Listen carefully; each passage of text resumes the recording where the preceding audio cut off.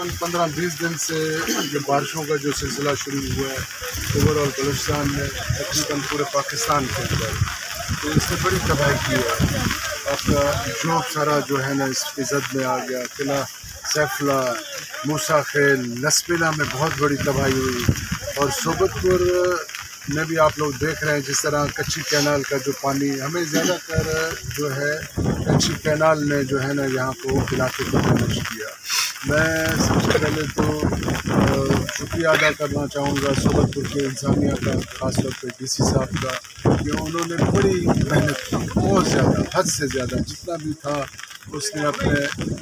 وسائل استعمال کرنے کی کوشش کی ہے، ورنہ میں سمجھتا ہوں کہ 15 دن پہلے یہ علاقہ نقصان کے زد میں آ جاتا، لیکن بچت ہوئی۔ لیکن جس طرح کے سیلاب تھے، جس طرح کا راجن پور، ڈیرہ غازی خان، کوئے سلیمان کے پانی جس طرح آئے، تو کچی کینال میں کل تقریباً 15 فٹ باہر چل رہا تھا، تو 280 کے اس میں آلریڈی سلٹ اپ تھا۔ سلٹ اپ کی وجہ سے تھوڑا سا جو ہے نا اس علاقے کو ڈسٹرب ہوا، کیونکہ وہاں کا جب پانی آتا ہے ساتھ کافی سلٹ اپ ساتھ لے کر آیا، تو اس کی وجہ سے پانی نے بیک کیا، پھر شگاف پڑے رات کے ٹائم پہ، لیکن پھر اس کے باوجود بھی بڑا ہمارے انتظامیہ نے کوشش کیا کہ علاقے کو بچائیں، لیکن یہ قدرت کی آفات ہیں، انسان کی بس کی بات نہیں ہے۔ علاقے کے لوگ عوام جیسے